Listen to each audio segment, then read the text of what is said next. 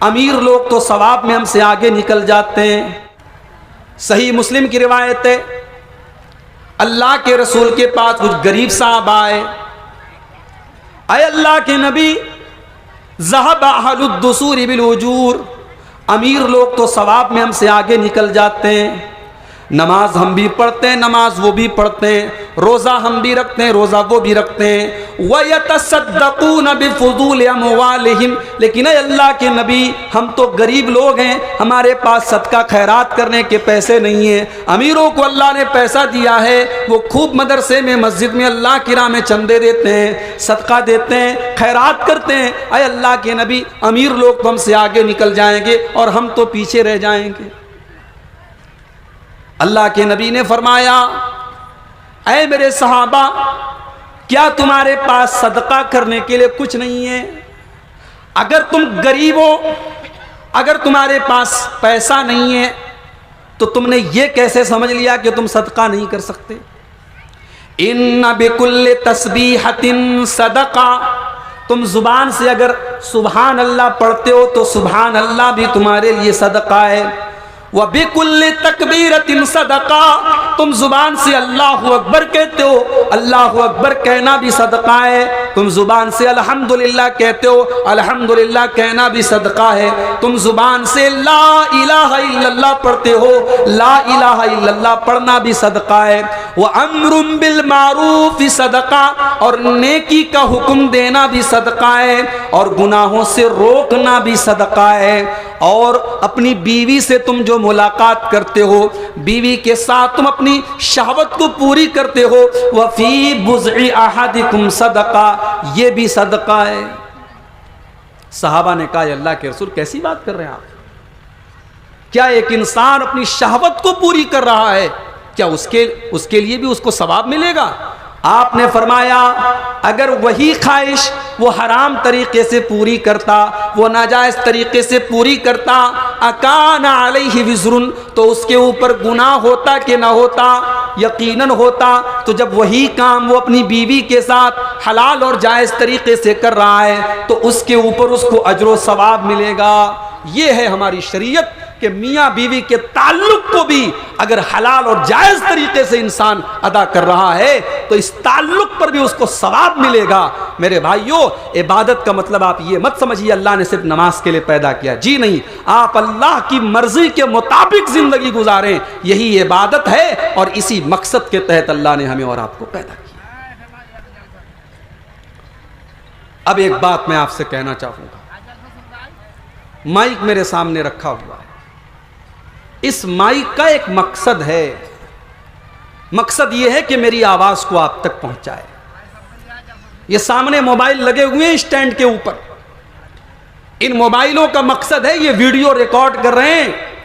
अब जिस बेचारे ने, यूट्यूबर ने मोबाइल लगाया है, उसने अगर कैमरे को ऑन करना ही अगर वो भूल गया और 1 घंटे तक मेरी तकरीर तक मोबाइल लगा रहा, और उसके बाद जब उसने देखा कि यार मेरी तो वीडियो ही मेरा ऑन नहीं हुआ, तो उसको गुस्सा आएगा। उसने कहा मेरी मेहनत बेकार हो गई। जब कोई चीज अपने मकसद पर पूरी ना उतरे, हम उसे कूड़ेदान में डाल देते हैं, उसे कबाड़ में डाल देते हैं। मोबाइल के अंदर जब तक पावर है, मोबाइल जब तक चालू हो रहा है, ऑन हो रहा है, हमारे बड़े काम की चीज़ है। मोबाइल की बैटरी ख़त्म हो जाए, मोबाइल बिगड़ जाए, मोबाइल ऑन ना हो, तो मोबाइल बेकार हो जाता है, कूड़ा हो जाता है।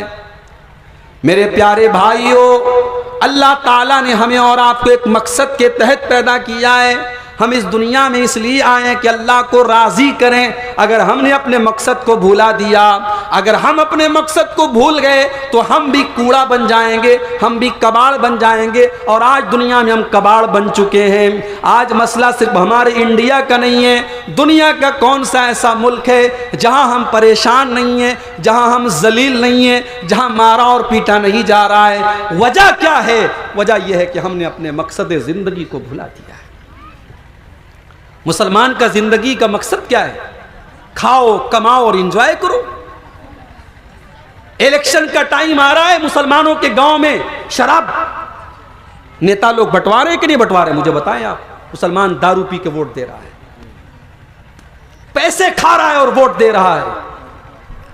क्या जिंदगी का मकसद यही है खाओ और कमाओ और एंजॉय करो? ये मुसलमान की सोच नहीं हो सकती मेरे भाई। मुसलमान की सोच ये कभी नहीं हो सकती। ये तो काफिर की सोच हो सकती है, ये अल्लाह को ना मानने वाले की सोच हो सकती है। इन हिया इल्ला हयातुन दुनिया वमा नहनु बिमबऊतीन। हमें तो बस दुनिया में रहना है, हमें मरना नहीं है, हमें हिसाब किताब नहीं देना है। ये काफिर की सोच है, मोमिन की ये सोच नहीं हो सकती।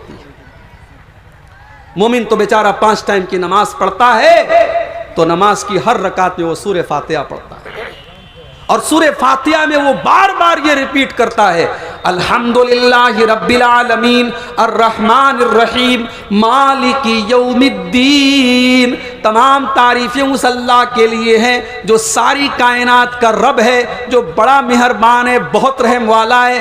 मालिकी यौमिद्दीन, और वो कयामत के दिन का, वो बदले के दिन का, हिसाब के दिन का मालिक है। एक दिन ऐसा आएगा जब वो हमसे हिसाब लेगा और हमें हिसाब देना होगा। ये 5 टाइम की नमाज में 17 बार, कम से कम 17 रकात नमाज हम पढ़ते हैं 5 टाइम में। 17 रकात नमाजों में 17 बार हम इस बात को रिपीट करते हैं, हम बार बार दोहराते हैं कि हमें अल्लाह को हिसाब देना है। अल्लाह जो मालिकी यौमिद्दीन है, जो हिसाब के दिन का मालिक है। मोमिन अपनी जिंदगी के मकसद को भूल जाए, ऐसा नहीं हो सकता मेरे भाई। मोमिन की यह सोच कभी नहीं हो सकती। अगर यह सोच मोमिन की है तो मोमिन को अपने ईमान का जायजा लेने की जरूरत है। अल्लाह ने फरमाया, रुबमा यवद्दुल्लज़ीन कफरू लौ कानू मुस्लिमीन। कल कयामत के दिन काफिर लोग ये कहेंगे कि काश हम मुसलमान होते। आज दुनिया में वो मुसलमानों को गलत समझते हैं, मुसलमानों को बुरा समझते हैं, लेकिन कल क़यामत के दिन ये काफिर लोग पछताएंगे और कहेंगे लौ कानू मुस्लिमीन, काश कि हम मुसलमान होते। ज़रहुम याकुलू व यतमत्तऊ व युल्हिहिमुल अमलु फसौफ यअलमून। ऐ नबी इनको खाने दो, इनको पीने दो, इनको एंजॉय करने दो, इनको मज़ा लेने दो। फसौफ यअलमून, करीब इनको पता चल जाएगा कि इस जिंदगी का मकसद क्या है। जब ये अल्लाह के पास जाएंगे तब इनको समझ में आएगा। मेरे भाइयों, हम सब अपने दिल पे हाथ रख के सोचें। एक आईएएस का एग्जाम देने वाला लड़का 18 घंटे पढ़ाई करता है, 20 घंटे पढ़ाई करता है, न रात का चैन देखता है, न दिन का आराम देखता है। क्यों? क्योंकि उसके सामने एक मिशन है, उसे आईएएस का एग्जाम पास करना है, उसे किसी इलाके का डीएम बनना है, कलेक्टर बनना है। उसके सामने एक मकसद है जिंदगी का, और यह मकसद उसे चैन से सोने नहीं देता है। मेरे प्यारे भाइयों, आईएएस का एग्जाम पास करने वाला 18 घंटे मेहनत करता है, तब वो एग्जाम पास करता है।